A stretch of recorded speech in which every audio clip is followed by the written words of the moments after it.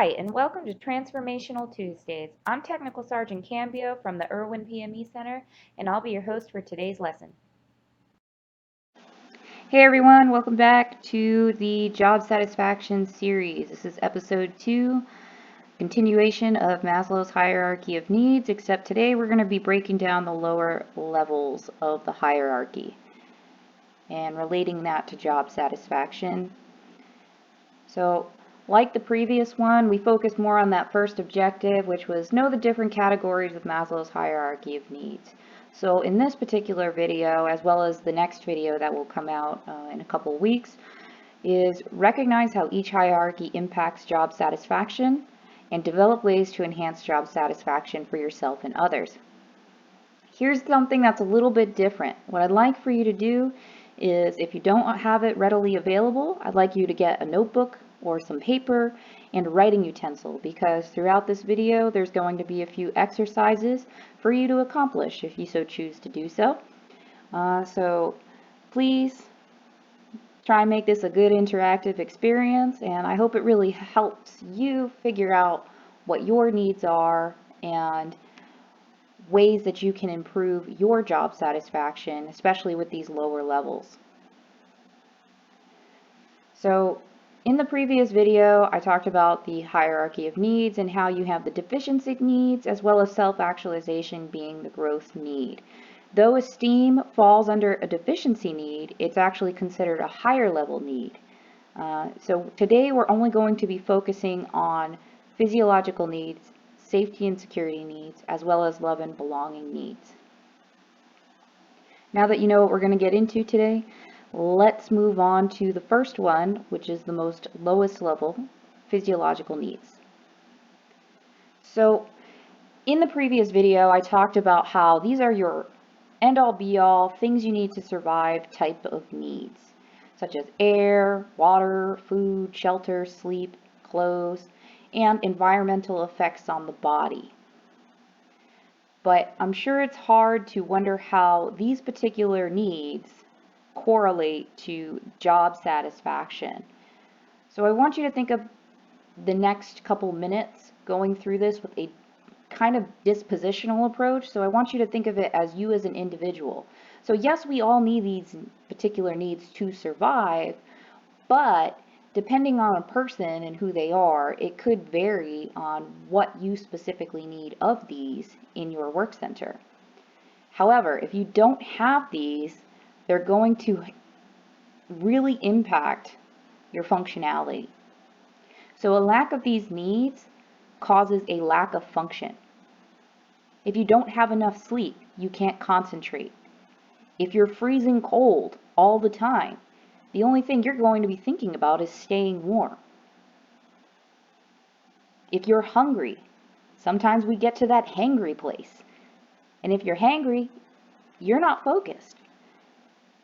And all of that can turn right around and you start to get really dissatisfied with your new work center.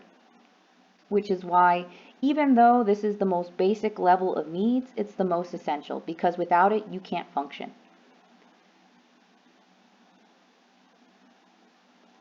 So now let's move on to the exercise. So break out those notebooks, break out those pens or pencils, and let's get into it.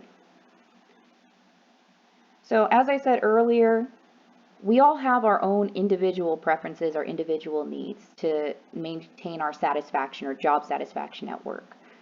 So I'd like you to create a box here and type in my satisfaction needs, in which I want you to list out all of the physiological needs. Be specific to you, the things that you would require for you to stay functioning and focused at work. So once you've completed that list, you're going to then break it down further into 2 separate categories. Going through every item on your list, I want you to either put it in a needs improvement or you feel very satisfied with it. You have achieved satisfaction for that particular need. So once you've taken your primary list and broken it down into these 2 categories, the next step is to then think of the contributing factors for each of the categories. Not just job contributing factors, but also personal factors. So how does your job play into that needing improvement, as well as how do you play into that needing improvement? What are the things that are causing it to be in that category? And you're going to do that not only for needs improvement, but you're going to do it for satisfaction as well. Because if it's being achieved, you want that to continue, right? And once you've done that, then for each of the categories, you're going to talk about the overall impact on your job satisfaction.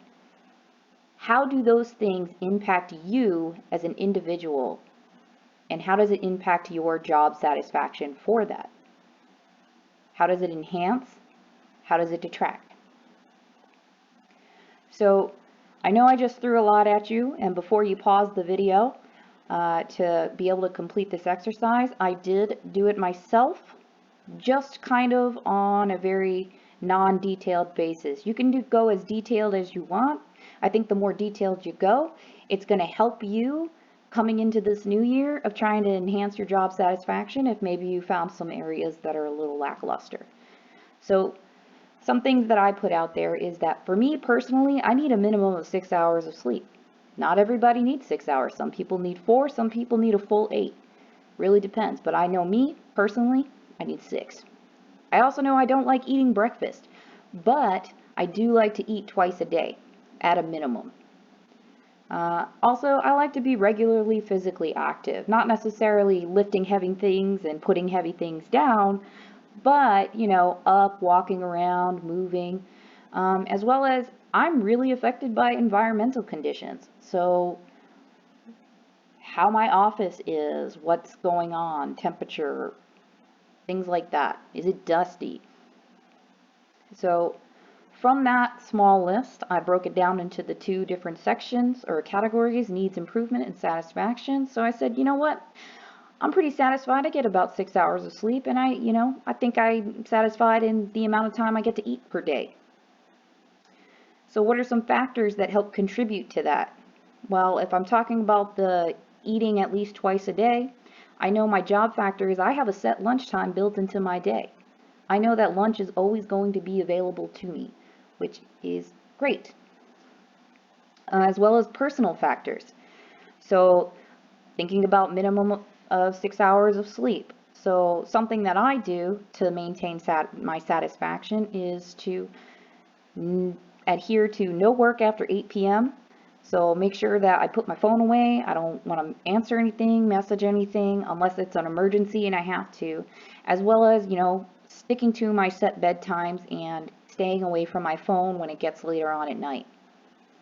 And afterwards, when I go into what are the overall impacts on my job satisfaction, how do these things enhance that? Well, when I go for long periods of time without eating, I tend to get dizzy and more irritable, and it's hard for me to comprehend information. Because we have lunch, I can focus on the afternoon ISTs without distraction, which helps me understand the material better for my students, which in return, it makes me happy. It makes me really satisfied. A very fulfilling day because I'm not worried about those basic needs. Now, same thing on the other side. You're going to do that for the needs improvement side as well. So now that you know the basics of the exercise, take this time to pause this video and, take as much time as you need, be as detailed as you need, and when you come back, we'll move on to the next section. All right, welcome back to the video. So we are going to move on to the next level of the lower levels, which is safety and security. So in this section, you need that personal security. You need to feel like you are safe from harm in not only your personal life, but in your work life as well. Employment, job security, having that stability, whether that's at work or at home. Do you have the resources available to you to make sure that you feel safe and secure? Health plays a factor here. So are you healthy? Are you capable of doing your job? And last but not least, freedom from fear. It's an interesting choice of words, but also very important. because in our work centers, we teach our students about having to deal with toxic work centers, hostile work centers, and that plays a factor here in this particular hierarchy of needs. So if you're dealing with a toxic work center, or if you're dealing with a hostile work center, the safety and security aspect isn't there. So if you don't have safety and security within your job, what that ends up causing is higher levels of anxiety and distress for that individual. That's going to detract from their focus from actually doing their job because they're so worried about their own safety. Their fight or flight is kicked in that they can't even concentrate on anything else. And when in a constant state of anxiety and distress, the only thing people are looking for is a way to get away from it, a way to get out from that anxiety and that distress. So if you have contributing factors at work that are playing into your lack of safety and security, it could significantly hinder your satisfaction of going into work every day. It's not a place that you want to be. Why would you want to be in a place that makes you feel distressed or anxious? Nobody does. So on that note, let's get into our second exercise. As you can see, it's the exact same exercise, except this time I want you to do it for your own individual needs, that dispositional approach. So what do you as an individual require to be satisfied, or must-haves for this particular level? So please complete the exercise like you did in the first one. Pause the video, and when you come back, we're going to move on to the next section. Alrighty, so let's move on to the final of the lower levels, which is love and belonging. So with love and belonging, this is that, as we would call it, the affective kind of section, where it talks more about that, having that sense of connection.